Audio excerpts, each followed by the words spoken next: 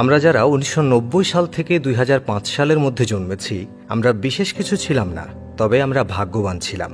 যখন আমরা ছোট ছিলাম, হাতগুলো জামার ভেতর ঢুকে রেখে বলতাম, আমার হাত নেই। একটা কলম ছিল যার ৪ রকমের কালি ছিল, আর তার ৪টা বোতাম একসাথে টেপার চেষ্টা করতাম। আর এই কলমটা যার কাছে থাকতো তার ভাবসাবই থাকতো অন্যরকম। আমাদের সময়ে ১ হাত সমান কলম পাওয়া গেলেও আমরা আবার কলম কেটে কেটে অনেক ছোট কলম তৈরি করতাম, আবিষ্কার করতাম সেটা। দরজার পেছনে লুকিয়ে থাকতাম, কেউ এলে চমকে দেব বলে। সে আসতে দেরি করছে বলে আবার অধৈর্য হয়ে বেরিয়েও আসতাম।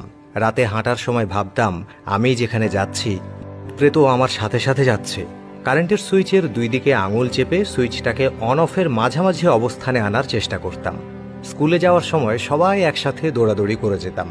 ক্লাসে কলম কলম খেলা, খাতায় ক্রিকেট খেলা, চোর ডাকাত, বাবু পুলিশ, উবু ১০-২০ খেলা। অনেক সময় স্কুল ফাঁকি দিয়ে কয়েকজন বন্ধু মিলে ঘুরতে যেতাম, আড্ডা দিতাম। আরও কত কি! ১ টাকার রঙিন বা নারিকেলি আইসক্রিম, হাওয়াই মিঠাই খেতে না পারলে মনটাই খারাপ হয়ে যেত। হঠাৎ আকাশ দিয়ে হেলিকপ্টার গেলে সবাই রুম থেকে বের হয়ে আকাশের দিকে তাকিয়ে থাকতাম। স্কুল ছুটি হলে দৌড়ে বাসায় আসতাম, মিনা কার্টুন দেখব, সিসিমপুর দেখব। শুক্রবার দুপুর ৩টা থেকে অপেক্ষা করতাম কখন বিটিভিতে সিনেমা শুরু হবে। আর সন্ধ্যার পর আলিফ লায়লা, সিন্দাবাদ, রবিনহুড, ম্যাকগাইভার দেখার জন্য পুরো সপ্তাহ অপেক্ষা করতাম। ফলের গুটি খেয়ে ফেললে দুশ্চিন্তা করতাম পেটের ভেতর গাছ হবে কিনা। মাথায় মাথায় ধাক্কা লাগলে শিং গজানোর ভয়ে আবার নিজের ইচ্ছায় ধাক্কা দিতাম। কেউ বসে থাকলে তার মাথার উপর দিয়ে ঝাঁপ দিতাম যাতে সে আর লম্বা হতে না পারে। বিকেলে কুতকুত, কানামাছি, গোল্লাছুট, বৌচি, হাডুডু, কাবাডি, দাঁড়িয়াবান্ধা, ডাঙ্গুলি, গোল্লাছুট, দড়ি লাফ, কত খেলা। চেয়ার সিটিং, কানামাছি, ওপেনটি বায়োস্কোপ, এক্কা দোক্কা, রাম শাম, যদু মধু, চোর ডাকাত, মার্বেল, ৭ ছড়া না খেললে বিকেলটাই যেন মাটি হয়ে যেত। কেউ একবার কোনো কিছু খেতে দিলে আরও একবার চেয়ে বসতাম, আর না দিলে বলতাম পানিতে পড়ে যাবি। বাঁশের কঞ্চি দিয়ে তীর ধনুক বানাতাম পাখি শিকার করার জন্য।